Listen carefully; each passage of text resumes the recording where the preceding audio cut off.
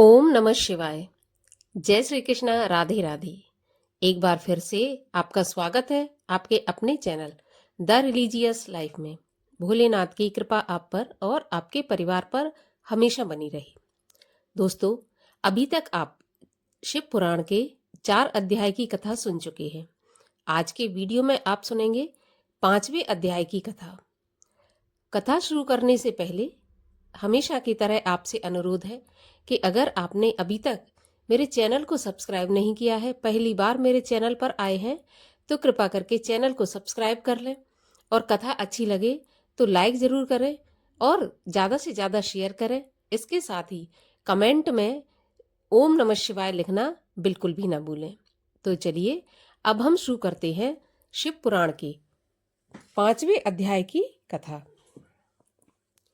भगवान श्री सदाशिव ने शिवा से कहा कि देवी, हम एक ऐसा पुरुष पैदा करना चाहते हैं जो कि शांत और सत्व गुणों से युक्त एवं गंभीरता में सागर के समान हो। हम इस जगत का संपूर्ण भार उसको सौंपकर शांति से काशी में निवास करें। भगवान श्री शिव के वचन सुनकर माँ जगदम्बा ने अपनी दृष्टि बाईं ओर घुमाई, जिससे एक अत्यंत सुंदर पुरुष का आविर्भाव हुआ, जो कि कलाओं से भरपूर, शीलवान, गुणवान और बुद्धिमान था। उसका रंग श्याम था, सुंदरता अद्वितीय थी।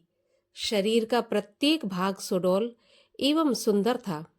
कमल जैसे नयन, मस्तक पर त्रिपुंड, गले में कौस्तुक मणि, चारों भुजाओं में शंख, चक्र, गदा और पद्म को धारण किए हुए, वैजंती माला तथा पीतांबर पहने, 14 विद्याओं को जानने वाला और सिद्ध रूप वाला परम शक्तिमान बार बार प्रणाम करता हुआ भगवान सदाशिव के पास खड़ा हो गया। उसको देखकर भगवान सदाशिव और शिवा अत्यंत प्रसन्न हुए। वह सुंदर पुरुष सदाशिव तथा पार्वती से बोला, मेरा नाम और मेरा काम बताने की कृपा करें। यह सुनकर भगवान सदाशिव ने हंसकर कहा, सर्वत्र व्यापक होने के कारण तुम्हारा नाम विष्णु है। अब तुम्हारे समान कोई दूसरा मनुष्य उत्पन्न नहीं होगा। तुम्हें लोग हरि तथा भगवान आदि नामों से पुकारेंगे। भक्तों को सुख देने के लिए ही मैंने तुम्हें उत्पन्न किया है। तुम सबसे पहले परम कार्य साधन के लिए दृढ़ता से तप करो। ऐसा कहकर भगवान श्री सदाशिव ने भगवान श्री विष्णु को योग विद्या का ज्ञान दिया। तब भगवान श्री सदाशिव को प्रणाम किया और भगवान श्री सदाशिव अंतर्ध्यान हो गए। भगवान श्री विष्णु 12,000 दिव्य वर्षों तक भगवान श्री सदाशिव का ध्यान करते रहे, लेकिन उन्होंने अपने मनोरथ कल्याणकारी भगवान शंकर का दर्शन नहीं पाया। इसमें भगवान श्री सदाशिव के दर्शन न होने के कारण विष्णु जी को उदास देखकर आकाशवाणी हुई कि हे विष्णु, तुम अभी तप करो, तुम्हें इतनी जल्दी हमारा दर्शन नहीं हो सकता। इस पर भगवान श्री विष्णु दोबारा तप करने के लिए बैठ गए। अब भगवान श्री विष्णु के तप के बीच में भगवान श्री सदाशिव की माया से भगवान श्री विष्णु के शरीर में से अनेक प्रकार की जल धाराएं बहने लगीं। भगवान विष्णु उन जल धाराओं को देखकर अत्यंत प्रसन्न हुए। चारों तरफ जल ही जल हो गया और भगवान विष्णु उस जल पर सो गए। उसी समय भगवान श्री विष्णु का श्रुति समस्त नारायण नाम हुआ और उस समय इस संसार में भगवान विष्णु के अतिरिक्त और कोई नहीं था। फिर भगवान श्री विष्णु ने सब तत्वों की उत्पत्ति की और उनका विस्तार किया। प्रकृति ने पहले महान उत्पन्न किया, महान से फिर 3 गुणों की उत्पत्ति हुई, फिर अहंकार उत्पन्न हुआ, इससे फिर तन्मात्रा, शब्द, स्पर्श रूप, रस और गंध उत्पन्न हुए। इसके बाद उससे पंचभूत पृथ्वी, वायु, जल और आकाश प्रकट हुए और नेत्र, कान, नाम, जिह्वा और त्वचा ज्ञानेंद्रियां उत्पन्न हुई और इस प्रकार पुरुष के बिना प्रकृति का यह सब जड़ रूप कार्य हुआ। तब यह सब तत्व 24 प्रकार के थे और यह सब ब्रह्म रूप जल पर सो रहे थे। भगवान विष्णु की निद्रा अवस्था में उनकी नाभि में से एक विशाल कमल उत्पन्न हुआ। इस कमल का विस्तार अनंत योजन का था और ऊंचाई भी अनंत योजन की थी। ब्रह्मा जी बोले, हे नारद, इसके पश्चात भगवान श्री सदाशिव ने अपनी दाईं भुजा में से मुझे उत्पन्न किया और उस कमल पर रख दिया। मेरे 4 मुख थे और अपने लाल मस्तक पर मैं त्रिपुंड धारण किए हुए था। मैंने कमल के अतिरिक्त और कुछ नहीं देखा और यह न जान सका कि मेरा उत्पन्न करने वाला कौन है। भगवान श्री सदाशिव की माया तीनों लोकों में फैली हुई है। वह जो कुछ चाहते हैं वही करते हैं। भगवान की श्री विष्णु, देवता, दैत्य, दानव सब उन्हीं के अधीन है। जब मैं यह जान सका कि मैं कैसे उत्पन्न हुआ हूँ तो मैं उस कमल की नाल को पकड़कर नीचे उतरने लगा। मैं लगातार 100 वर्षों तक उस कमल नाल को पकड़कर उतरता रहा, फिर भी उसकी जड़ तक नहीं पहुंच सका।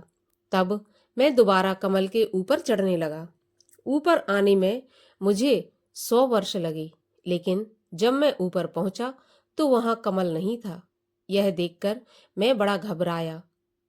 उसी समय मुझे आकाशवाणी सुनाई दी, जिसके द्वारा मुझे तप करने का आदेश दिया गया। मैं अब तपस्या करने लगा। अब मैंने मंगलमयी आकाशवाणी के अनुसार 12 वर्ष तक उग्र तप किया। इसके बाद मुझे 4 भुजाधारी सुंदर नेत्र वाले भगवान श्री विष्णु के दर्शन हुए। भगवान श्री विष्णु को देखकर मैं बहुत प्रसन्न हुआ, लेकिन भगवान श्री सदाशिव की माया से मोहित होकर अपने पिता को न जानकर उनसे पूछा कि तुम कौन हो। मेरा यह प्रश्न सुनकर भगवान श्री विष्णु बोले, तुम निर्भय हो जाओ, मैं तुम्हारी संपूर्ण कामनाएं पूर्ण करूंगा। हे नारद, तब उनकी बात सुनकर रजोगुण से विरोध मानकर मैंने उनसे कहा, क्या तुम यह नहीं जानते हो कि मैं सबके संहार का कारण हूं? तुम मुझ पर ऐसे शासन कर रहे हो जैसे कि कोई अपने शिष्य पर करता है। मैं साक्षात जगत का कर्ता, प्रकृति का प्रवर्तक, सनातन, आज विष्णु से उत्पन्न होने वाला और विश्व की आत्मा ब्रह्मा हूँ। वेदों में मुझे स्वयंभू, स्वराट, परमेष्ठी और श्रेष्ठ कहा जाता है। ब्रह्मा जी बोले, नारद, जब मैंने ऐसे कहा तो भगवान श्री विष्णु क्रोध में भरकर मुझसे कहने लगे, इस प्रकार की मूर्खता की बातें तुम्हारे करने के योग्य नहीं है। सृष्टि को उत्पन्न करके पालन करने वाला मैं ही हूँ, फिर सबको नष्ट करने वाला भी मैं ही हूँ। निर्दोष नारायण जगन्नाथ मेरे ही नाम है। तुम मेरी माया के अधीन होकर ही ऐसा कर रहे हो, क्योंकि यह सारा संसार माया के अधीन है। मैंने ही वेदों को बनाया है और मैंने ही कमल नाल से तुमको उत्पन्न किया है। मुझसे उत्तम और श्रेष्ठ दूसरा कोई नहीं है। तुम अपने नाम पर इतना अहंकार मत करो। अतएव सच बोलने योग्य बातें बोलो। जिस प्रकार अंधा अपनी आंखों का और निर्धन अपने धन का वर्णन करता है, उसी तरह तुम भी अपने नामों की बड़ाई कर रहे हो। यदि तुम मेरा पूजन नहीं करोगे तो तुम्हारा कभी कल्याण नहीं होगा। भगवान विष्णु की इस प्रकार की अहंकारपूर्ण बातें सुनकर मुझे हंसी आने लगी और इतना क्रोध आया कि मैं भगवान श्री विष्णु को अपना शत्रु समझने लगा। मैंने उनसे कहा, आप मुझे बार बार गुरु की भांति उपदेश क्यों दे रहे हो? आप अपने आप को वेद पाठी कहते हो, मगर मैं समझता हूँ कि आप वेदों का नाम तक भी नहीं जानते। आपका यह क्रोध सर्वथा व्यर्थ है। इस बात को लेकर मेरे और भगवान विष्णु के बीच बड़ी भारी शब्द युद्ध हुआ। भगवान सदाशिव को माया से मोहित होकर हम दोनों ही अपने आप को सर्वश्रेष्ठ मानते रहे और इसमें शंका और संदेह करने की कोई बात नहीं, क्योंकि भगवान श्री शिव की माया ही ऐसी है। यहाँ पर 5वें अध्याय की कथा का समापन होता है। अगले वीडियो में हम सुनेंगे 6वें अध्याय की कथा। तो अगला अध्याय सुनने के लिए चैनल को जरूर सब्सक्राइब कर लीजिए, साथ ही बेल आइकन को प्रेस कर लीजिए, जिससे आने वाले वीडियो का नोटिफिकेशन आपके पास सबसे पहले आ जाए। तो आगे की कथा सुनने के लिए और हमसे जुड़े रहने के लिए सब्सक्राइब करके वीडियो को लाइक कर दीजिए। चलिए अब हम मिलते हैं अगले वीडियो में। तब तक के लिए श्री शिवाय नमस्तुभ्यम। हरे कृष्ण।